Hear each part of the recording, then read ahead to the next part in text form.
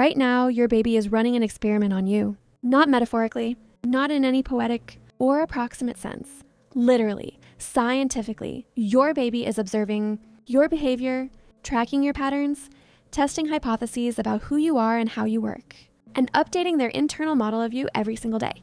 You have probably been told that babies are helpless, that they are blank slates, that the real learning starts later, when they can talk, when they can walk, when they can ask questions. Almost all of that is wrong.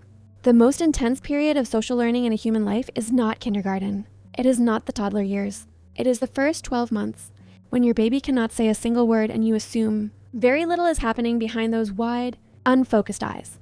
In the next 12 minutes, 7 things your baby is actively studying about you are going to be laid out in full. What they are measuring, what they are concluding, and why those conclusions will shape who they become for the rest of their life. Welcome to Small Mind Secrets. Subscribe right now. Number 1. Your baby is tracking your emotional consistency and grading it. From the first weeks of life, your baby's brain is doing something very specific when it looks at your face. It is not just registering that you are there, it is building a predictive model of what your face does, when it does it, and whether those patterns can be trusted. Researchers call this contingency detection. The baby is asking, without words, without conscious thought, does this person's face respond to what I do? If I smile, do they smile back? If I cry, does their expression shift toward concern? If I look away and look back, are they still there? Still attending, still reacting? When the answer is consistently yes, the baby's nervous system begins to settle into a baseline of security. The world is legible. The people in it are readable. Emotional safety is predictable.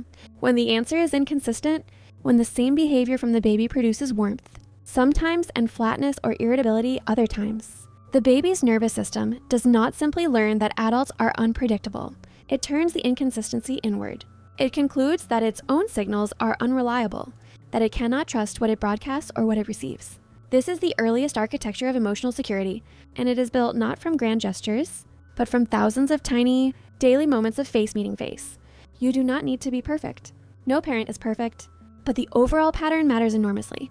Your baby is grading it in real time at number 2. Your baby is learning what is worth paying attention to by watching your eyes. By around 4 months of age, babies begin following the gaze of adults. Not randomly, deliberately. When you look at something, your baby looks there too. Not because they heard a noise or saw movement, but because they have already learned that where your eyes go tends to be important. Behavior, called joint attention, is one of the most significant milestones in cognitive development. And it is entirely built on the baby studying you, but it goes further than simply following your gaze. By 9 to 10 months, babies are not just following your eyes. They are cross-referencing your gaze with your emotional expression to determine how to feel about what you are both looking at. If you look at an unfamiliar toy with delight, your baby's interest in that toy increases. If you look at it with subtle disgust or fear, your baby will avoid it, sometimes for days afterward. The baby is not reacting to the toy. The baby is reacting to your reaction to the toy. You are the filter through which the entire world is being evaluated. This means that what you find interesting, your baby is learning to find interesting. What makes you anxious, your baby is learning to read as dangerous. What you dismiss without attention, your baby is learning to ignore. You are not just in the room with your baby, you are curating their reality. Number 3, your baby is studying your stress even when you think you are hiding it. Parents often believe that if they hold it together on the surface, if they keep their voice calm and their movements steady, the baby will not register what is happening underneath. This is understandable. It is also not accurate. Babies are extraordinarily sensitive to physiological signals that adults barely notice.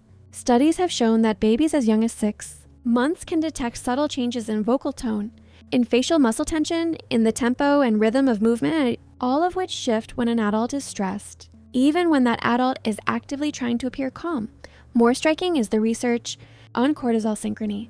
When a primary caregiver experiences a significant stress response, measurable elevations in the stress hormone cortisol appear in the baby's body within a short window of time. The baby did not witness a fight. The baby did not understand a tense phone call, but the body registered something and responded to it. This is not an argument for impossible serenity. Stress is part of life, and children benefit from watching caregivers navigate stress and recover from it. The recovery is as important as the stress itself. A parent who becomes dysregulated and then visibly calms down is teaching the baby something priceless. That big feelings pass, that the body can return to baseline, that distress is not permanent. What matters is the chronic pattern, persistent, unresolved, unacknowledged stress in a household, registers in the baby's developing nervous system in ways that shape their stress response architecture for years. Your baby is not oblivious to your inner life. They are taking detailed notes on it. Thing number 4, your baby is testing whether you exist when they cannot see you. This is the one. Between roughly 6 and 12 months, most babies begin experiencing something called object permanence, understanding that things continue to exist even when they are out of sight. Before this cognitive milestone, out of sight is genuinely out of mind. When you leave the room, you do not just go somewhere else in the baby's mind. You stop existing entirely. But here is what the development of object permanence actually looks like from the baby side. It is not a smooth intellectual upgrade. It is a series of experiments. Your baby is repeatedly testing whether you will come back, watching the door, calling out, crying, crawling toward where you disappeared, looking at the faces of other adults for information about where you went, and whether you are coming back. Each time you leave and return, you are providing data. Each time the separation ends and you reappear, the baby's brain updates its model. The person comes back. Leaving is not permanent. The world does not end when I cannot see them. And each time your return is accompanied by warmth, attunement, a genuine reconnection rather than a distracted re-entry. The update includes something beyond simple presence. It includes the conclusion that return means safety. That reunion is something to trust. Pediatric researchers who study attachment have found that what happens in the reunion, not just the separation, is one of the most powerful predictors of attachment security. Your baby is not just watching you leave. They are studying how you come back. Thing number 5, your baby is reading your face for information about strangers. At around 8 to 10 months, something shifts in how a baby responds to unfamiliar people. Before this age, most babies will accept interaction from strangers with relative ease. After this age, a new behavior emerges that parents sometimes find frustrating: stranger anxiety. But stranger anxiety is not a social flaw. It is a sign of sophisticated cognitive development. Your baby now has a stable enough internal model of the people who belong in their world that unfamiliar faces register as genuinely new data, requiring evaluation, and they have identified exactly where to get that evaluation. They look at you.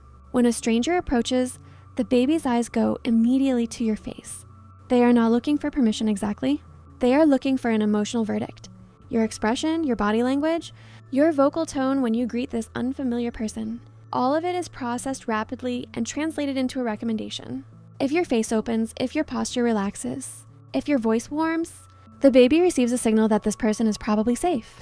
If your face tightens, if your greeting is flat or guarded, the baby registers this as a warning and responds accordingly. Parents who force sociability, who push a reluctant baby toward an unfamiliar relative, while their own body language is stiff with social obligation, sometimes find that this backfires. The baby reads the body, not the words. Your nervous system's honest reaction to the situation will almost always outweigh whatever your voice is saying. Your baby trusts your body more than your performance. Number 6, your baby is studying how you treat other people. This one begins earlier than most parents expect. By around 6 months, babies are already showing preferences between individuals they observe, based on how those individuals behave toward others. In studies where infants watched puppet shows in which one character helped another in a second, character hindered another, 6-month-old babies reliably reached for the helper. They showed measurable preference for the pro-social character over the antisocial one. They were not taught this preference. No one explained fairness or kindness to them. They derived it from observation. Now extend this to your daily life. Your baby is in the room when you speak to your partner. Your baby is present when you interact with the person at the counter, when you lose your patience in traffic, when you respond to someone asking for help. They cannot understand the words, but they are running continuous social analysis on the emotional texture of every interaction they witness. The quality of kindness in your household, not the stated values, not the rules you plan to teach later, but the actual practice daily texture of how you treat the people around you, is being absorbed and modeled right now, before language, before explicit instruction, through pure observation. Your baby is not waiting until they are old enough to learn how to treat people. They are learning it now, from you, every day. Thing number 7, your baby is studying your voice to build their own language. Long before a baby says a single word, they are doing something that researchers now understand as linguistic archaeology. They are digging through the sounds you make, finding the patterns inside them, and using those patterns to reverse engineer the structure of human language. By 2 months, babies already prefer their native language over a foreign one. Based entirely on the rhythmic and phonetic patterns they have been absorbing since before birth. By 6 months, they are narrowing their phonetic range, tuning in specifically to the sounds that appear in the language around them and beginning to filter out sounds that do not. By 9 months, they understand that specific sound combinations are attached to specific meanings, even before they can produce those combinations themselves. None of this happens from passive exposure. Studies have shown that babies learn language dramatically faster from live human interaction than from recordings, videos, or audio playback, even when the content is identical. The difference is contingency.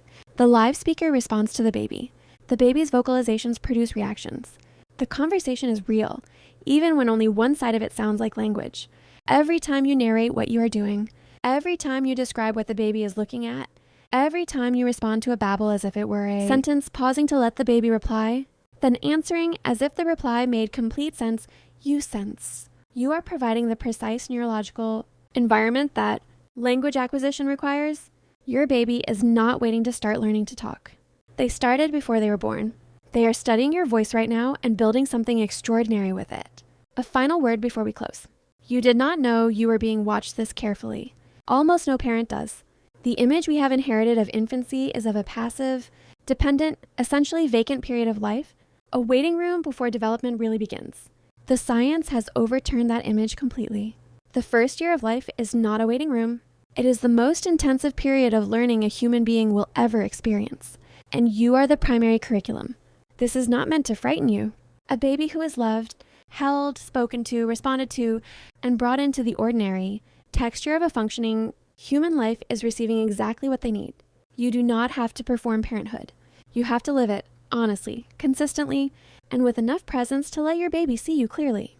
They are going to build themselves in no small part from what they find when they look at you. Leave a comment telling me which of the 7 things your baby has caught you doing, or which one you had no idea was happening until right now. I read every single one. Share this with a parent who still thinks their baby is too young to understand anything. They need to see this.